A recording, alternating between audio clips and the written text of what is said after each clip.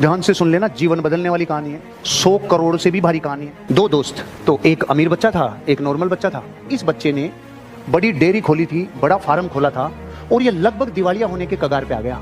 और इसका जो दोस्त था वो बड़े घर का बेटा था, मतलब एक तरीके से राजा का बेटा समझो।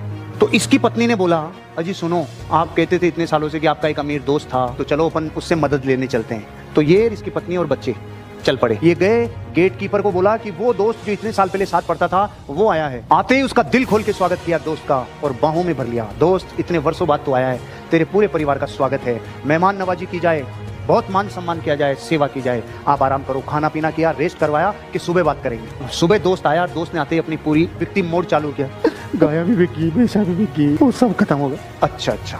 अब उसने मंत्री को आदेश दिया, मंत्री जी इनको एक बकरी दे दो। उस पति ने बोला, रे सुन राजा से यार, जो देव जो लेयर निकल गया यार। बकरी लिए और निकल लिए।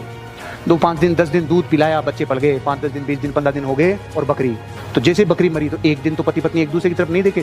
साला इतना बड़ा राजा मेरे को बकरी देके भेजा था, दिमाग खराब है यार तू।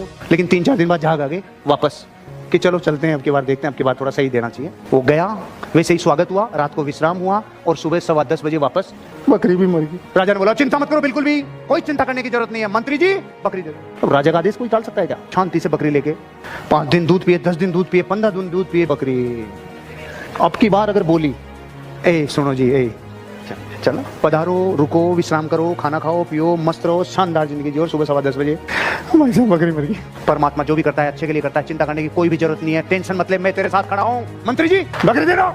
पत्नी ने माथा पकड़ लिया, तो होते ना गुस्से में, बकरी ले गए। 1 दिन 2 दिन 5 दिन 10 दिन बकरी ब्याई।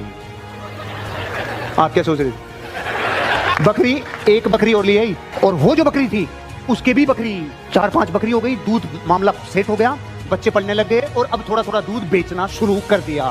90% लोग इस टाइम भूल जाते हैं, जिसने बकरी दी थी उसकी पत्नी ने कहा, सुनो जी आज जो भी हो रहा है, जितना भी हो रहा है, मेरे बच्चे पल रहे हैं, चलो धन्यवाद के क्या आते हैं कि सच्ची कि हाँ चलो चलते हैं।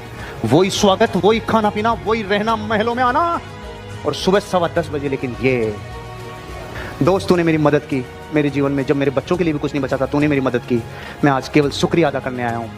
चिंता नहीं करो, परमात्मा सबका भला करता है। मंत्री जी 100 गायें दे दो और 5 गांव दे दो। पत्नी ने कहा, रम मांगने आए थे तब दिया नहीं था, अब ये 5 गांव और 100 गायें दे रहा है। बस दोस्त, तुझे यही समझाना चाहता हूँ, मैं दे तो तुझे पूरा राज्य सकता था उस दिन, जिस दिन तेरे बच्चे भी नहीं पढ़ रहे थे, पूरा राज्य भी दे देता ना, तेरा पूरा राज्य कोयला हो जाता मेरे लाला। मैंने तुझे सिर्फ इसलिए बकरी दी थी क्योंकि तेरी बकरी मरने का टाइम चल रहा था। अब तेरी बकरी ब्याई, तेरे लिए राज्य कुर्बान है, तेरे को भाग्य के लिए रोना नहीं है, तेरे साथ मैं खड़ा।